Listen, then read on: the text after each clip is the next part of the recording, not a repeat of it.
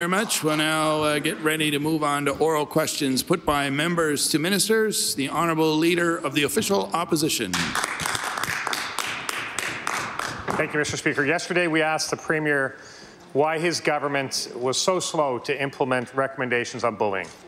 This is an issue that our caucus hears about every single week from Nova Scotians all across this province. And the Premier's response, he called it a political football. This despite the fact that this government has been objectively slow to implement proactive change. I'd like to ask the Premier, does the Premier honestly think that parents and other Nova Scotians that are concerned with bullying rates in this province are playing political football? The Honourable Premier. Mr. Speaker, again, Mr. Speaker, the Honourable Member has selected to remember, quite frankly, the reality of it is, Mr. Speaker, what I said is inflammatory remarks he was making in and around this important issue for political reasons. The reality of it is this is a very serious issue. Families across this province, communities across this province are dealing with this issue. We are as well as a government. Continue to work with our colleagues in the education system to ensure that we deal with the issue. We're starting to see the numbers be reduced. Mr. Speaker, we know there's still more work to do.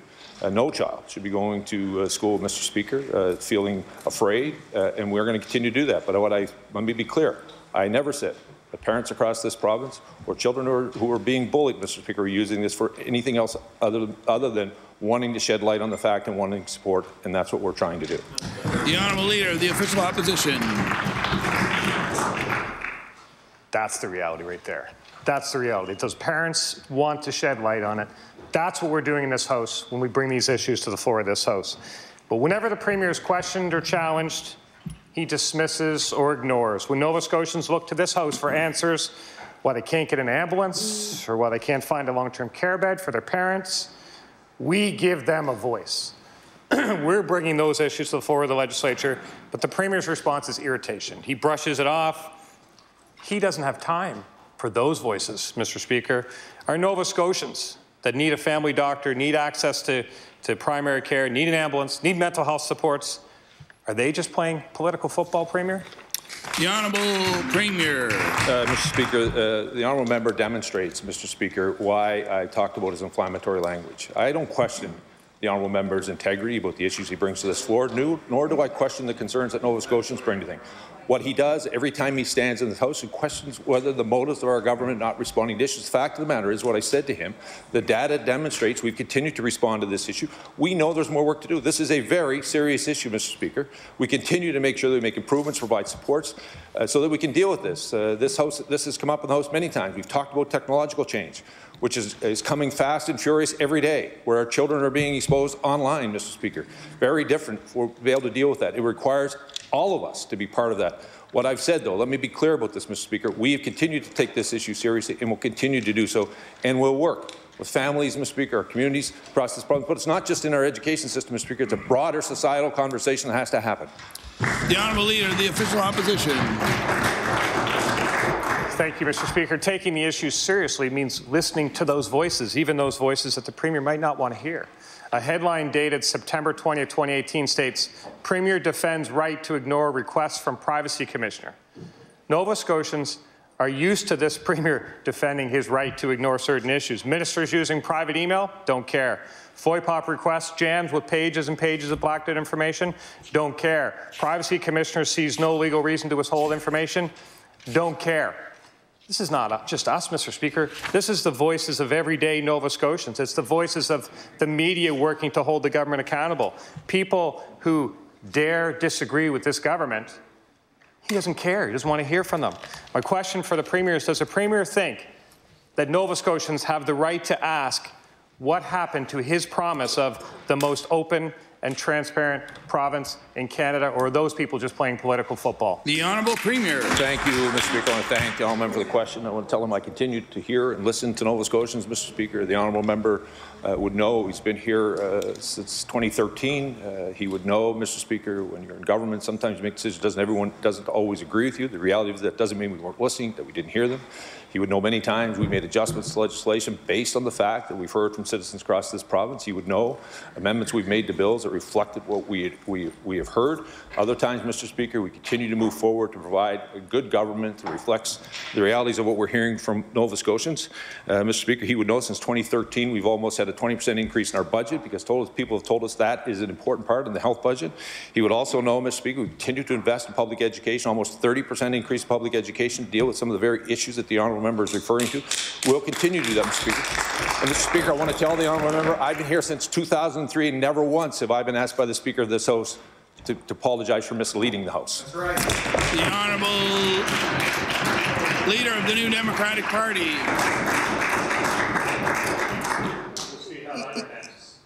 Yesterday, Mr. Speaker, I questioned the Premier about the profits that Nova Scotia Power has taken from the province since its privatization in 1992, and the Premier provided me a little lecture on the virtue of having a profit-generating private sector power utility in Nova Scotia. But, Mr. Speaker, I would like the House to hear the following quotation.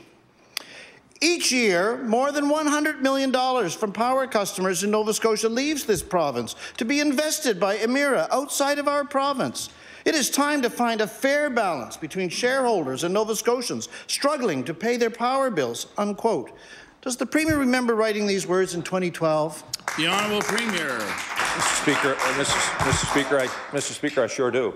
Mr. Speaker, that was at a time when power rates were being increased by over 30%, Mr. Speaker. On top of the fact the last time the Conservative government was in power, Mr. Speaker, we've seen power rates go up by 40%. I absolutely do remember those words, Mr. Speaker, and I want to tell the honourable member, since we've come into since we've come into government, Mr. Speaker, power rates are stabilized. The Honourable Leader of the New Democratic Party. And perhaps the Premier will remember also these words, Mr. Speaker, from another op-ed which he wrote in the same year. Nova Scotia Power as a company is certainly not struggling. It's doing so well that in the last 10 years, it has sent more than $1 billion of pure profit to its parent company, Emera. And right out of the province, that's more than $1,000 for every person living in Nova Scotia pulled out of our economy, while executives' profit and capital is sucked out of our province. Mr. Speaker, I could not have expressed this with any more clarity, only I didn't express it, the Premier did. So he owes people an answer to the question, what made him change his mind? The Honourable Premier. Thank you, Mr. Speaker. Thank you, Mr. Speaker. I want to thank the honourable member for the question, Mr. Speaker. I want to tell him, Mr. Speaker, the piece of legislation that is before the House today, Mr. Speaker, does two things. Number one, Mr. Speaker, it allows for borrowing capacity at a rate that reflects the reality of every other utility. But I think most importantly for Nova Scotians, Mr. Speaker, it secures, Mr. Speaker, that Emera's head office will be located in Nova Scotia, Mr. Speaker, that those hundreds of jobs associated with that will be in this province. The investment, Mr. Speaker, those incomes will be spent in this province, Mr. Speaker. That is a way for us, Mr. Speaker, to ensure that Nova Scotians become the major beneficiary of that investment. The Honourable Leader of the New Democratic Party. Mr. Speaker, plainly the Premier was once very concerned about profits being made off the customers of Nova Scotia Power, and then those profits being shipped out of the province. Today, however, he's more concerned that Emera should be able to call its own tune and have exactly the financial structure it wants. What has caused the Premier to turn into Mr. Emera and to lose sight of the nearly 40% of our population for whom paying their power bill is a real struggle? The Honourable Premier.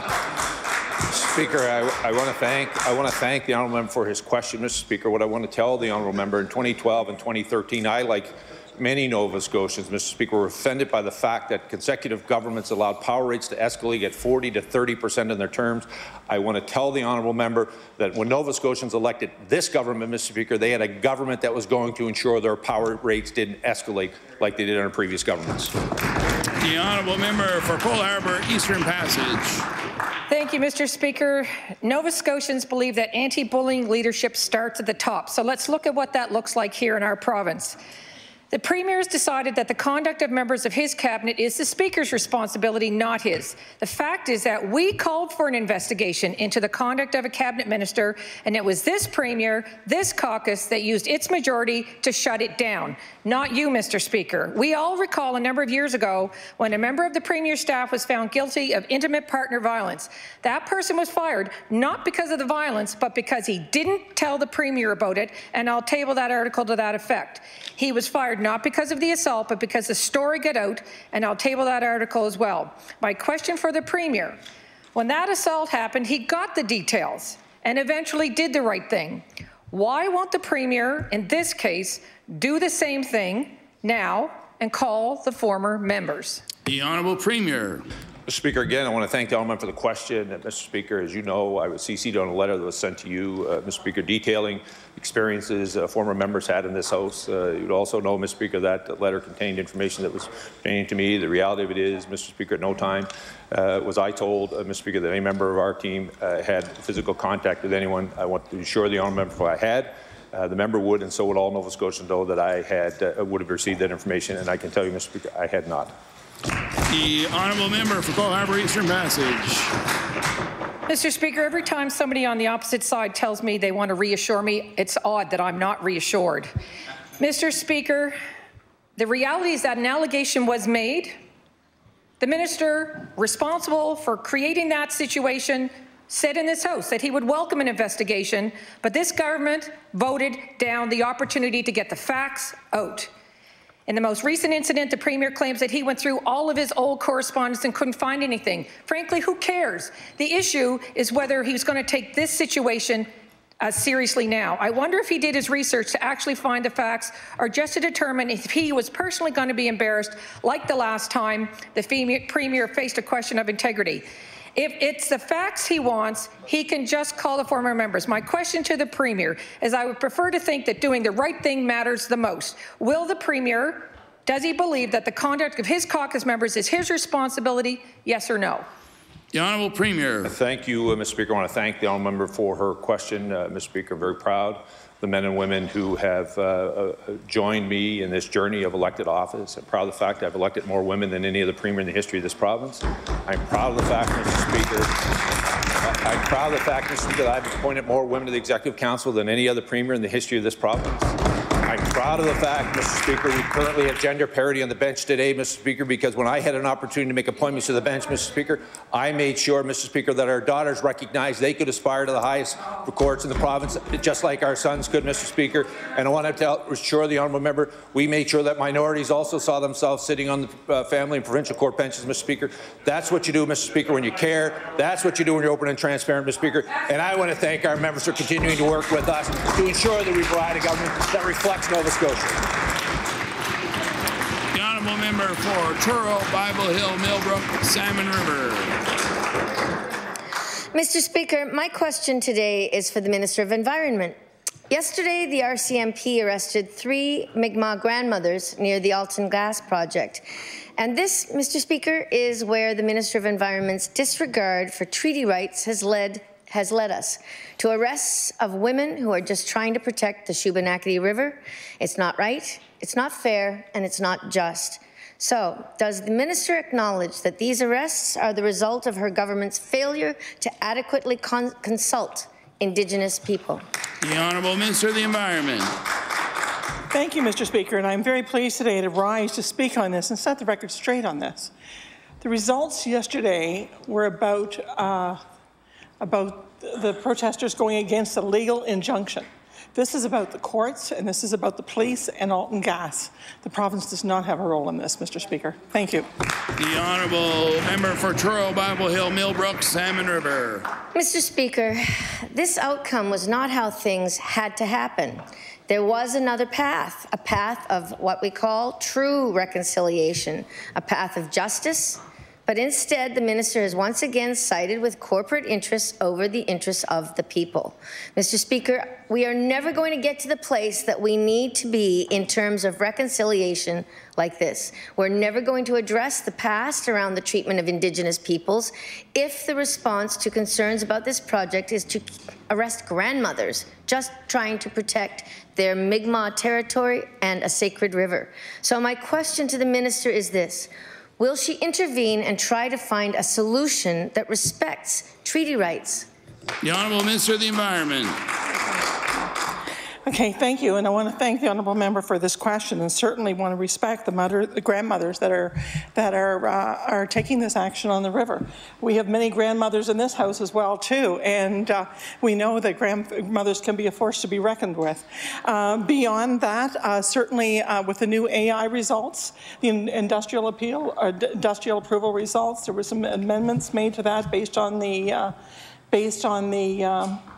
the appeal of the industrial approval, and the amendment results, actually one of the provisions was that there would be more of a communications contact between Sabagadagadi and Alton Gas on the project. Thank you. The honourable member for Pictou West. Thank you, Mr. Speaker. My question is for the Minister of Health. I think it's really important that our province have advocates for public health outcomes, and I think everyone would agree with that. We have a Chief Medical Officer of Health with a mandate to promote common public health priorities, but we don't have a similar position for dental health. The federal government and most provinces have a Chief Dental Officer. There is no such position in Nova Scotia, despite lots of talk about it over the last couple of years. My question is, does the minister agree that a Chief Dental Officer would make a positive impact on oral health outcomes in Nova Scotia? The Honourable Minister of Health. Thank you, Mr. Speaker. I thank the member for a question. Obviously, this government is concerned and interested in oral and dental health, Mr. Speaker. We made enhancements to our dental health program earlier this year. In addition, Mr. Speaker, just in the last week or so, the Department of Health and Wellness has hired a dental consultant to join the department. They're in to help provide more information and advice to help us as we continue to review and look for opportunities for continuous improvement in the area of dental, oral and dental health. Mr. Speaker, that's the work that we do. We've been taking it seriously, and like I said, a new position in the department that started just in the last week or so. The honourable member for Pictou West. Thank you very much, and I thank the minister for his answer. It's a good start, but it's not enough. We have over 500 children waiting for consultation at the IWK. 500 children suffering with tooth decay, diseases. Oral health, particularly for young Nova Scotians, is just as important as overall health care. A Chief Dental Officer could highlight these issues with dental care in communities and bring those issues right here to government. They could make preventative dental services a priority, and most importantly, they'd be accountable to the public. So will the minister please commit to examining the introduction of a Chief Medical Officer position? Order, please. I'm going to disallow that question as it pertains directly to the content of the bill that you had just tabled. So question period is not the agenda item for debating the content of bills. The honourable member for Sydney River, Myra Lewisburg. Well, thank you very much, Mr. Speaker. And Mr. Speaker, my question through you is to the Minister of Community Services. Mr. Speaker, Cape Breton communities continue to have the highest poverty rates in the country, according to recent media reports, and I'll table that, Mr. Speaker. Cape Breton's 2 federal electoral districts are number 1 and number 3 spots in the province for the most low-income families. In Sydney Victoria riding, 1 in 3 children live in a low-income family. Mr. Speaker, the question I have for the minister is, why have Cape Breton poverty numbers grown progressively during this period of time? The Honourable Minister of Community Services. I want to thank the honourable member for the question. What the honourable member should know is that the market basket measure numbers that came out recently from Statistics Canada are in fact from 2017. We began making a number of significant changes in 2018. So you would not see the effect of those at that time. We have made a number of improvements, included but not limited to allowing people to keep more of the money they earn if they're able to earn outside the country, take outside employment. Mr. Speaker, we have also ended the clawback on child maintenance. So, for example, if a single parent family is receiving maintenance enforcement, what happened before was that money would be clawed back for income assistance rates. Now, Mr. Speaker, it's not, and that it provides an average of $275 more per month for those families. Thank you. Honourable member for Sydney River Myra Lewisburg. Thank you, Mr. Speaker, and I'll thank the Minister for her answers. Mr. Speaker, it's a cliche, I know, but it's true. The best social program for a person is a good job. And now, Mr. Speaker, perhaps the poverty problem doesn't rest at the feet of the Minister of Community Services, but unfortunately, she's the one who has to deal with it. Mr. Speaker, I know community services is in the business of economic development, and it is truly a safety net for those who have nowhere else to go. But, Mr. Speaker, is there anything the minister can do to improve the poverty rates in Cape Breton, or is her role just to hold things together while somebody else tries to figure out how to fix the economy? The Honourable Minister of Community Services. I want to thank the honourable member. I do believe he knows that later this fiscal year we will roll out the second part of the standard household rate, which will see increases in income assistance. In addition to that, Mr. Speaker, we have undertaken work to alleviate poverty in a number of areas, including things like the bus pass here in Halifax, which I want you to know I would be more than happy to roll out in Cape Breton as long as we can get that going. We do have some pilot projects underway around the province under our Building Vibrant Communities program, tasked with solving that problem of transportation, for example. Once you have transportation, you can get to a job, and I know there's one specifically dealing with Cape Breton right now. Thank you. The honourable member for Pictou Centre. Mr. Speaker, my question is also for the Minister of Community Services. Mr. Speaker, in my constituency, I have a young father of 3 children who recently won custody of the children from his ex-wife. The process of redirecting child tax benefits and other aspects of support appear to be a bit more difficult for this father than we have seen in the past.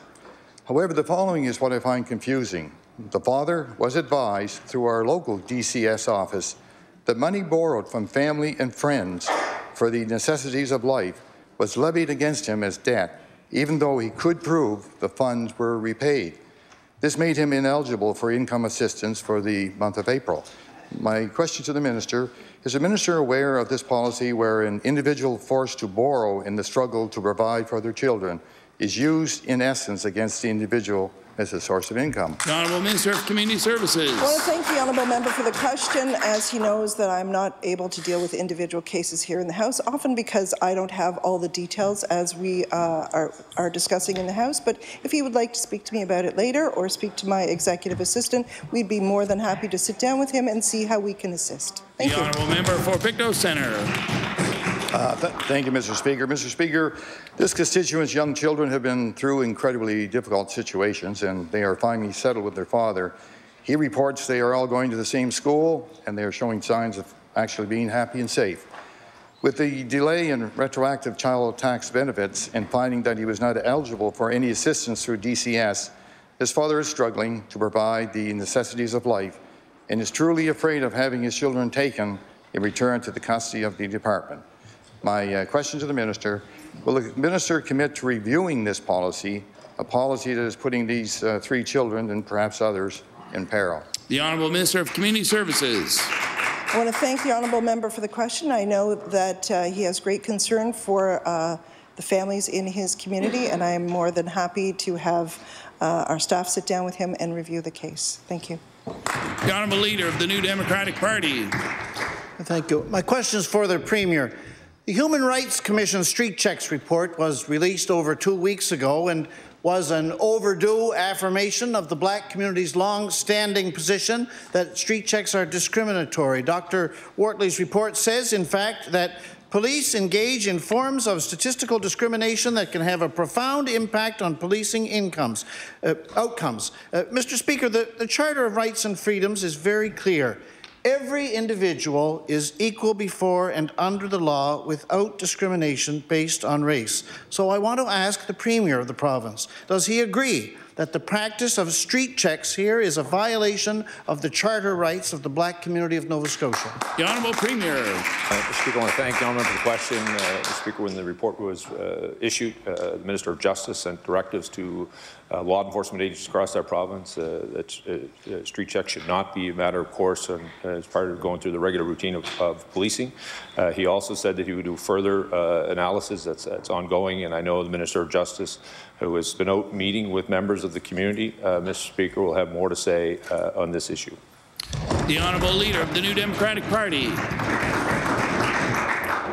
The report calls the legality of street checks into question and concludes that the province should either ban them altogether or strongly regulate them to improve the practice. In the latter case, Dr. Wortley says this: the government of Nova Scotia should consider a moratorium on street checks until this regulation is developed and implemented. Mr. Speaker, during budget estimates, members of the black community came here to listen to the Minister of Justice be questioned on this issue. Tara Taylor, who has been street checked 42 times, was here, and she told reporters that a ban would be a start, and she said it would send a very big message to the community. So I'd like to ask the Premier, is he going to ban the practice of street checks, or at the very least, implement the moratorium Dr. Wortley calls for? The Honourable Premier. Thank you, Mr. Speaker. I want to thank the Honourable for his question. You would know we've taken this issue very seriously. Upon receiving the report, the Minister of Justice made a number of directives to law enforcement agencies across our province to no longer have street checks as part of their daily way of doing policing. The honourable member would also know the Minister of Justice, in his entire time being there, when he's received reports, has taken them under and thoroughly reviewed them and come back with a recommendation on how to best implement that. And I want to as well thank the member from Cole Harbour, Mr. Speaker, who continues to make sure that his experience in this province, Mr. Speaker, that is different than ours, continues to be reflected at the cabinet table and when policy decisions are being made. And I want to assure the members of the African Nova Scotia community that our government takes this issue very seriously, and we will continue to work with them to ensure that they get treated as equals inside of this province, not just in the justice system. The Honourable Member for Cumberland North. Thank you, Mr. Speaker. In 2005, Amherst was praised as being a leader for being the first large-scale project for natural gas distribution in the region. Industries, government, and private citizens invested in capital expenditures to switch to natural gas. In 2015, we celebrated 10 years of this accomplishment, and it was reported that the decision removed over 80,000 tons of greenhouse gas emissions from the environment, enough to power 17,000 cars. My question to the Minister of Finance: why has your department chose to punish those who have invested in a cleaner energy option with a tax called the cost of carbon on my constituency's gas bills? Thank you. The Honourable Minister of Finance. Thank you, Mr. Speaker, and to the member opposite. I think it's been very clear what our position of our government has been about carbon reduction. I think it's also very clear that we recognize the importance of green energy, and we will continue to be supportive of that because we recognize that the environment and the economy have to exist together. The Honourable Member for Cumberland North. Thank you, Mr. Speaker. I have a lot of questions around this whole tax. Actually, how will this tax that's being put on my citizens, on our citizens, actually reduce greenhouse gas emissions? I believe it's a tax grab. Most importantly, I'm concerned about the impact of this tax on those who don't deserve it and can't afford it. Mr. Speaker, I have an 88-year-old widow who made an investment years ago to switch to natural gas because she was told that it was cleaner than other fossil fuels and because it's safer and easier to store than other fossil fuels. Now this senior, this widow, is living on a fixed income and paying this carbon tax. My question to the Minister of Finance is what does she have to say to Nova Scotians on a fixed income who are now forced to pay more every day because of this carbon pricing scheme? The Honourable Premier. Thank you, Mr. Speaker. I want to thank the Honourable Member for her question. Indeed, through successive governments, Nova Scotians have continued to reduce our greenhouse gas production. Mr. Speaker, we're 30% below 2005 levels. We'll be near 50% by 2030. Mr. Speaker, we wanted the national government to recognize that was the case. That's why we have a cap-and-trade system inside of our province, Mr. Speaker. What I think the honourable member can reassure her constituent is that if we had taken the advice of her leader and her party, her power bills would have gone up substantially higher, but we went and fought on behalf of her and all Nova Scotians to make sure that they were recognized for the work that they'd already been doing. The honourable member for Sydney River Myra Lewisburg. Mr. Speaker, it's my question now. Order, please. The honourable member for Sydney River Myra Lewisburg. Mr. Speaker, first I want to say that some of what the minister replied to in my last question are important steps, but they are steps that need to be taken outside the capital area where child poverty is raging wildly amongst our communities in rural Nova Scotia and Cape Breton Island. Mr. Speaker, for the thousands of Nova Scotians who receive income assistance, the chance of a better life gets to be harder and harder because of the cost of living as it keeps rising. And Mr. Speaker, every member here hears far too often from constituents that the current level of funding does not allow them to meet even a minimal living standard in our province. The current levels of funding to provide housing are extremely low. Mr. Speaker, my question to the minister is, how many Nova Scotians were able to get themselves off of income assistance last year? The Honourable Minister of Community Services.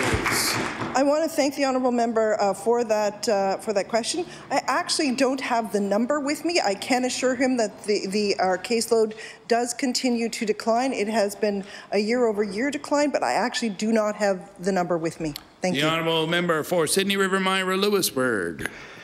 Well, I'm sure that the minister will provide that to the host in a timely fashion. Mr. Speaker, the steps that the government have taken in the last year have been directed at easing the transition from income assistance to the workforce. And you know what? That's a step in the right direction. Mr. Speaker, the key, of course, is when somebody transitions to the workforce, that there is stability or the risk of sliding back into the system is great. So, Mr. Speaker, the question I have, historically, what percentage of clients end up sliding back and needing income assistance again? The Honourable Minister of Community Services. I want to thank the honourable member for the question, and again, I don't have that exact number with me, but what I can tell the honourable member is when we went out and consulted with our clients and with our stakeholders, what we heard loud and clear is that they wanted to make sure that that they wouldn't be penalized for taking a job. And so that is why we have changed the work that we're doing around how much money that you can actually keep when you step out and actually begin to earn, Mr. Speaker. In the past, there was a disincentive for people to work, and we understood that. So that's why we have made sure that when people work, they get to keep more of the money than they have in the past, Mr. Speaker, and also around things like the bus pass, which I realize is only an HRM right now, but gosh, I would like to expand it elsewhere, or other modes of transportation. Those are for an entire year. So even if you come off part of the way through the year, you continue to have that bus pass for you, your dependent, and your children for the rest of the year. Thank you. The Honourable Member for Sydney River Myra Lewisburg. Thank you, Mr. Speaker. And you know, that incentive is a good move, but not every area of the province of Nova Scotia has a system for transferring people around, and it's very, very difficult in rural areas. And in most cases, they need a card enabled to do what they need to do to keep their family sustainable. Nova Scotians are slipping through the cracks, and they need a real champion, Mr. Speaker. The changes to income assistance announced in the past year should help to stabilize the transition and stop some people from falling through the cracks.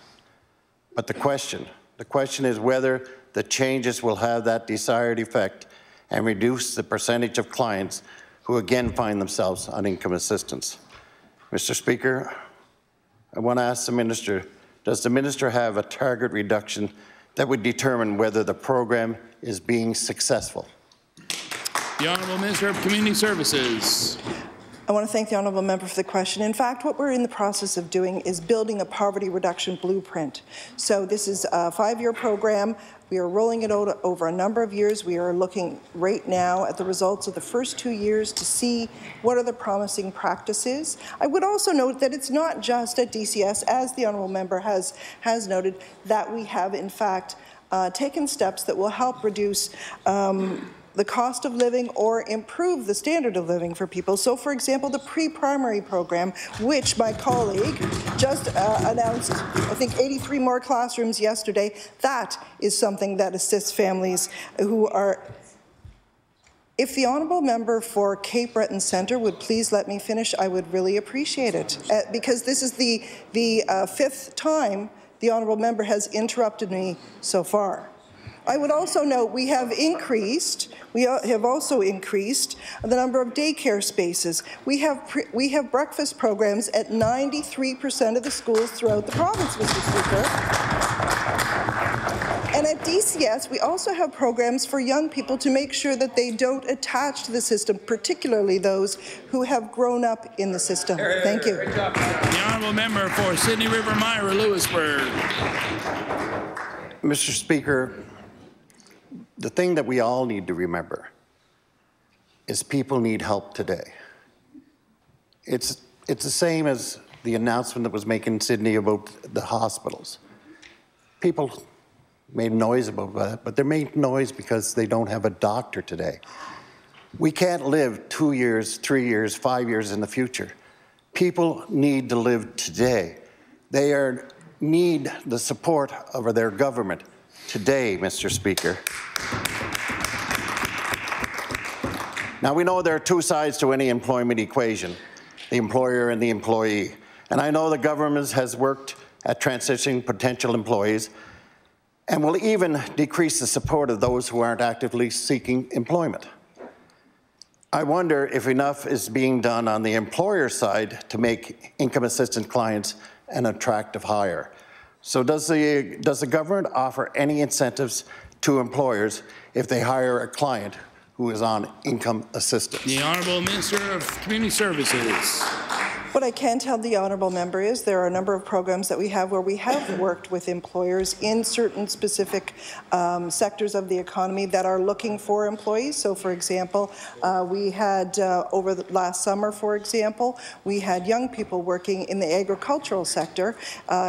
I can tell you that having spoken to those employers who hired young people whose families had been on income assistance or who were from immigrant families, they were totally impressed by the young people. I heard from some employers who said for the first time in a long, long time they were actually able to take the day off, and the young people actually ran the operation. So yes, there are some programs like that. Thank you. The honourable member for Kings North. Thank you, Mr. Speaker. My question is for the Minister of Health. Mr. Speaker, there are 3 hospitals in rural HRM that do not qualify for the federal student loan debt relief program for doctors and nurses. It's because they're in the HRM. Stats Canada doesn't include them in this rural program. But anyone who has driven to the outskirts of HRM will agree that the communities of Sheet Harbour, Musquodoboit Valley, Musquodoboit Harbour are certainly rural. That's why on June 4, 2018, I wrote a letter to the federal minister, and I'll table that, and I'll table a reply too. But I copied the local member and the Minister of Health.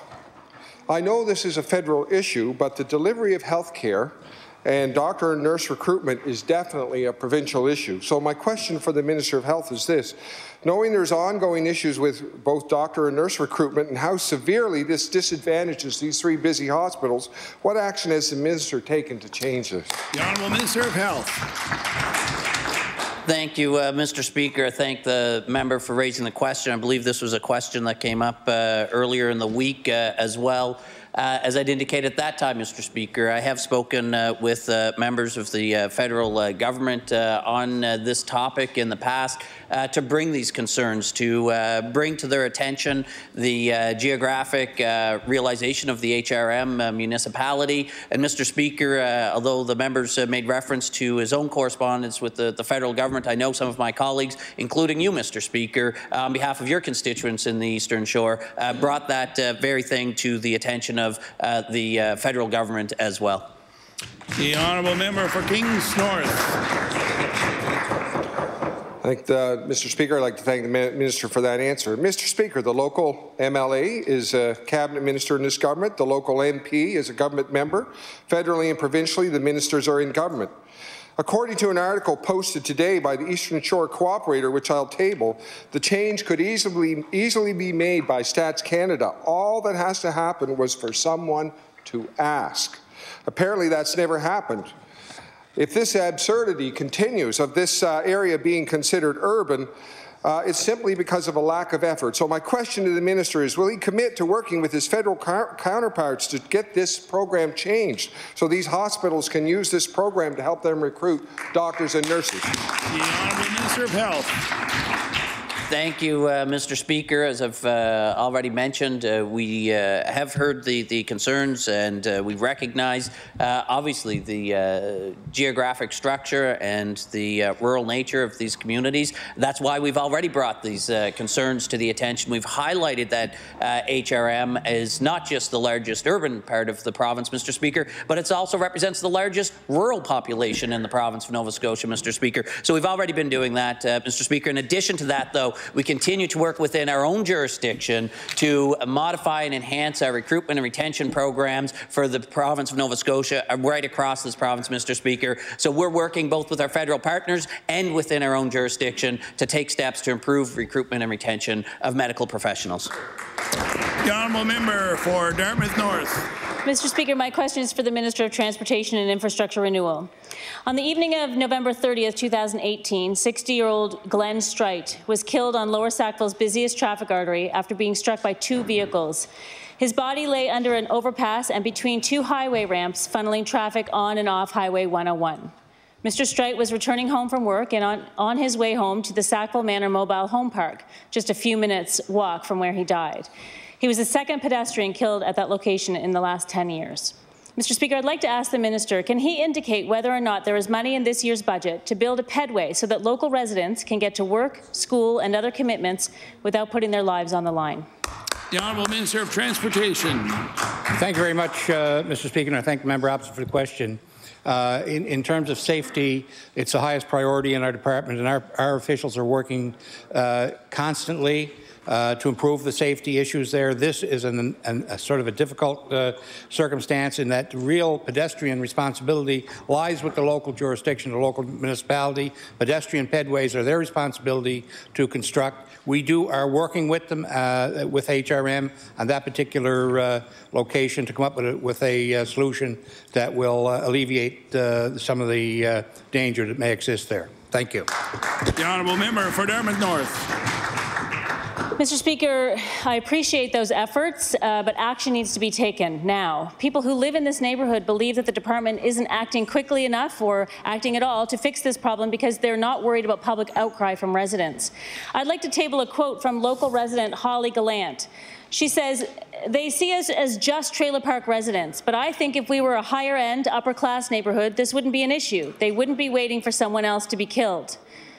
Mr. Speaker, without taking immediate action and taking leadership with the municipality, how can the minister possibly assure the residents of this community that their needs aren't being ignored because they live in a low-income neighbourhood? The Honourable Minister of Transportation. Mr. Speaker, our department takes its responsibilities with regard to highway safety very, very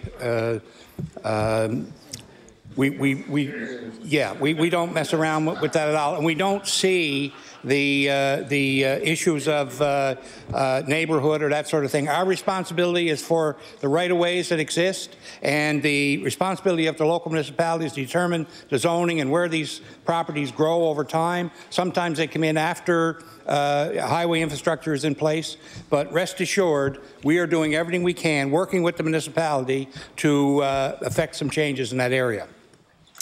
The honourable member for Victoria the Lakes. Thank you, Mr. Speaker. Mr. Speaker, my question is for the Minister of Business.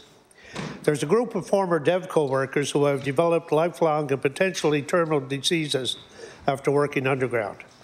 These workers have been receiving WCB payments, but WCB payments are cut off after the worker reaches 65.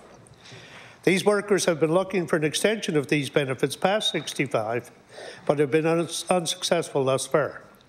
Mr. Speaker, I understand that the Minister of Business has met with this group, so my question is, can the Minister confirm that he met with this group, and can he say what commitments he has given them? The Honourable Minister of Business. Thank you, Mr. Speaker. Certainly an important issue for those retired DevCo miners. Knowing my connection to DevCo and understanding the industry and the impact on the families that industry had, I do appreciate where they're coming from. I'm very familiar with the file. I've met with them several occasions. Different groups, advocates from their association and their organization call weekly, send emails, texts. They come at me pretty regularly. It's one that's certainly going to fall on me with respect to what happens there at the end. It's been characterized that is a provincial issue, and fundamentally this is not a provincial issue other than how it's connected to the Workers' Compensation Act by way of Public Works with the federal government. So there's a number of significant challenges with how we could potentially get to where they want to go, and certainly with respect, there's got to be federal involvement in this. Thanks. The honourable member for Victoria the Lakes. Thank you, Mr. Speaker. Mr. Speaker, DevCo was a federal Crown corporation, and I understand that the federal government has made funds available to the province to pay these benefits, and I'll table that, Mr. Speaker. Yet the benefits have not been paid. I can understand that the current WCB system isn't built to handle the situation, but if there's no cost to the province, surely we could find a way to get the federal money into the hands of the workers who deserve it. So my question to the Minister, has the government considered amending the WCB legislation or setting up another mechanism to get these payments to those workers? The Honourable Minister of Business. Thank you, Mr. Speaker. And in a nutshell, for the House and those who are interested in this conversation, the federal government pay for those employees, so it is federal funds coming to the DevCo miners, but they're subject to the Workers' Compensation Act. So for us to do what they're asking us to do would be that we amend the Act for everyone. It goes from 65 to perpetuity, which would literally cost billions of dollars for the province. So it's not that there's no money, there's no expense. For us to do this en masse and make this change to the Workers' Compensation Act, it's just impossible and unaffordable. And as hard as it is for me, and I know that I will shoulder this, the reality is that this is just not an option. What I've spoken to Greg, John, and many others about is the way that automatic assumption works in terms of it's an amendment under the Workers' Compensation Act. We're exploring with the Minister of Labour and Advanced Education to see if that is some kind of avenue we can use. But again, fundamentally, it's patently unfair that we've been sort of made the target of this. And I'd love for the member from Cape Breton Centre to ask the question next, because if she wants to participate, I want to do it on the record. But so next. Yeah, so go next. We got time. So thank you, Mr. Speaker. But again, we're looking at this, but the federal government has a role to play here, and it's unfair that they put this on the province. The honourable member for Queens Shelburne. Thank you, Mr. Speaker. My question is to the Minister of Health. Again and again, we hear that healthcare resources aren't being consumed efficiently in this province. One example is a significant number of expensive acute care beds occupied by patients waiting for comparatively inexpensive long-term care beds. Another is the volume of EHS calls received for matters that are non-emergent. Patients in rural areas that need dialysis treatment often feel like EHS is their best and only transport option, but that often ties up ambulances. My question for the minister is, are there any plans to evaluate new transportation methods for non-emergent patients to get to and from hospitals? The Honourable Minister of Health. Thank you, Mr. Speaker. I thank the member for bringing this important question to the legislature.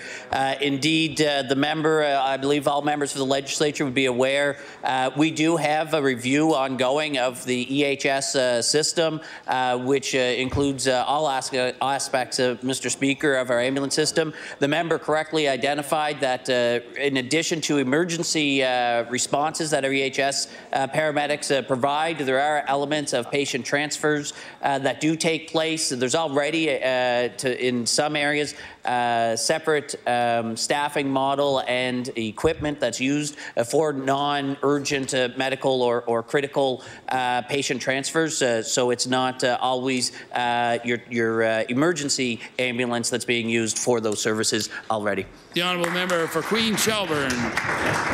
Thank you, Mr. Speaker. By now, the minister would be familiar with stories of an EHS system that is stretched to the breaking point. And what we're hearing is a lot of those pressures are avoidable. Many of these pressures are another result of decision-making and silos. The issue isn't the fault of paramedics. It's not the fault of patients. It's another administrative failure, a failure to analyze, a failure to innovate. Does the minister think that healthcare in Nova Scotia is innovating quickly enough, or are we being left behind? The Honourable Minister of Health. Mr. Speaker, thank you for the question. Indeed, we are very active. That's part of the reason why we have that Fitch review of our EHS system taking place right now, Mr. Speaker. Look forward to receiving it and making improvements to